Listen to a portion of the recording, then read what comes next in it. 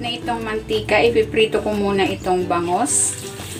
Ito ay inasinan ko na at ginulong ko sa harina para hindi tumalsik.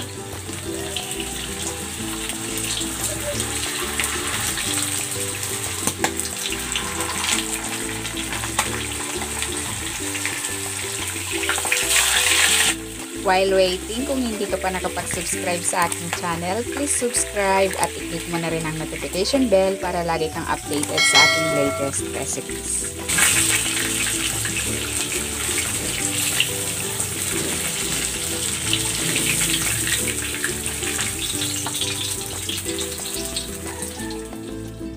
Ayan, imamash ko muna itong tahore. Ito ay gawa ko lang dahil wala akong mabili sa palengke. Bali, kumuha ko ng 2 perasong tokwa. And then, binabad ko sa asin, toyo, at naglagay ako ng konting suka. And then, nilagay ko sa ref for 5 days. Ayan, ito na yun. Medyo maalat ito. Ayan, okay na ito. Nagpainit na ako ng mantika. Iwigigisa ko na tong luya. Ang bawang, sasabayin ko na.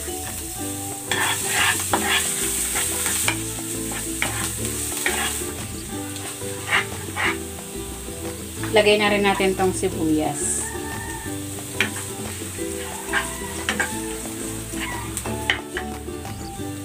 Igisa na rin natin tong kamatis.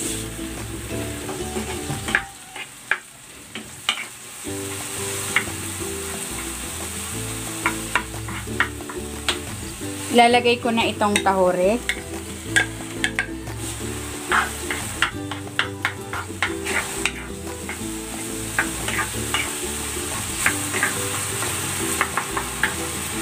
Ilagay na rin natin itong black beans. Tinanggal ko yung brine yan para hindi maalat.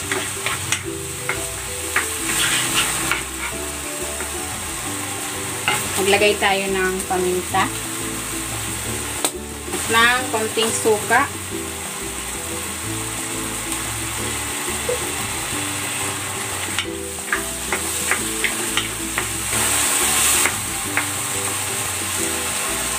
At maglalagay ako ng tubig.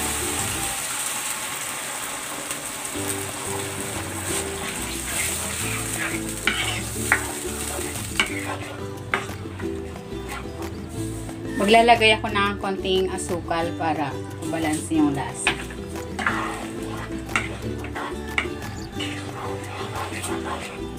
Tikman na natin. Sarap.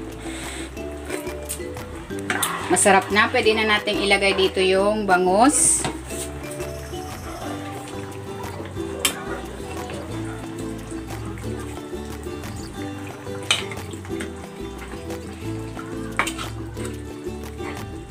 Lagay na natin tong onion leeks, pero kung meron kayong kinchay, pwede rin kinchay.